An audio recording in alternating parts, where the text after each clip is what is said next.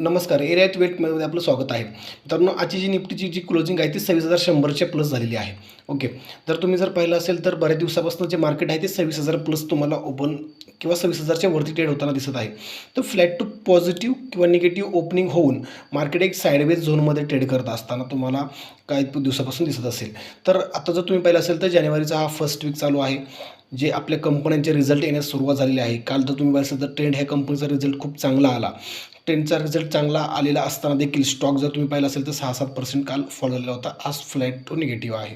Positive या ट्रेडमध्ये close करत आहे. ओके.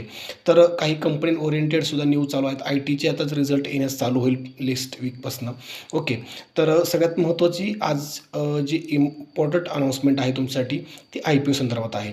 कोल इंडियाची जी कंपनी आहे त्या कंपनी नवीन IPO घेऊन आलेली आहे. 9 तारखेपासून ते 13 तारखेपासून तो IPO चालू असणार आहे. खूप भारी IPO असणार आहे मित्रांनो. तुम्ही त्याला अप्लाय करू शकता.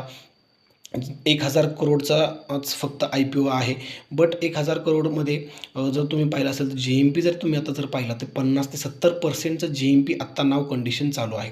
हा 70% GMP जो आहे ऑलमोस्ट म्हणजे आपलं कॅपिटल जे आहे ते 70% ग्रो करण्याचा चान्सेस तुम्हाला आता आलेला आहे. खूप दिवसानंतर जर तुम्ही पाहिलं असेल IPO आहे आलेला आहे. जर ऑलमोस्ट 20 ते 25 दिवसाचा कालावधी येऊन गेल्यानंतर एक IPO चांगला IPO येऊ आणि गव्हर्नमेंटचा IPO आलेला आहे. तर तुम्ही नक्की याला अप्लाय करा. 9 तारखेला आपण परत याच्या संदर्भात व्हिडिओ बनवूच. बट तुमची थोडीशी नजर ह्या IPOकडे असणं गरजेचं आहे. थँक्यू.